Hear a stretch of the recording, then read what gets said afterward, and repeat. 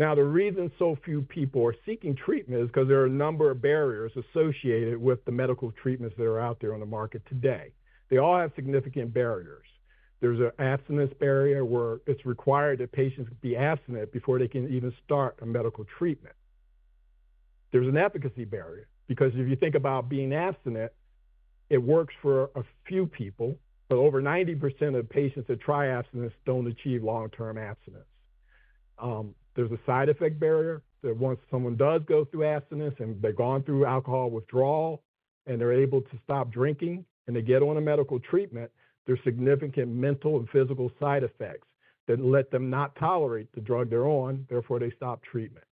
And they're not very easy to use. I mentioned abstinence. If you think about someone trying to maintain abstinence and stop drinking, it requires a radical change in their lifestyle.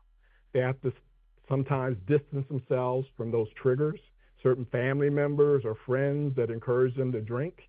They have to stay away from social events to have alcohol being served. And it's a drastic change in their lifestyle. If you think about it, how many people want to live like that? So therefore, they don't try it, or if they do try it, they give up on it. The medical treatments that are available, such as Vivitrol, require a painful injection in the backside once a month.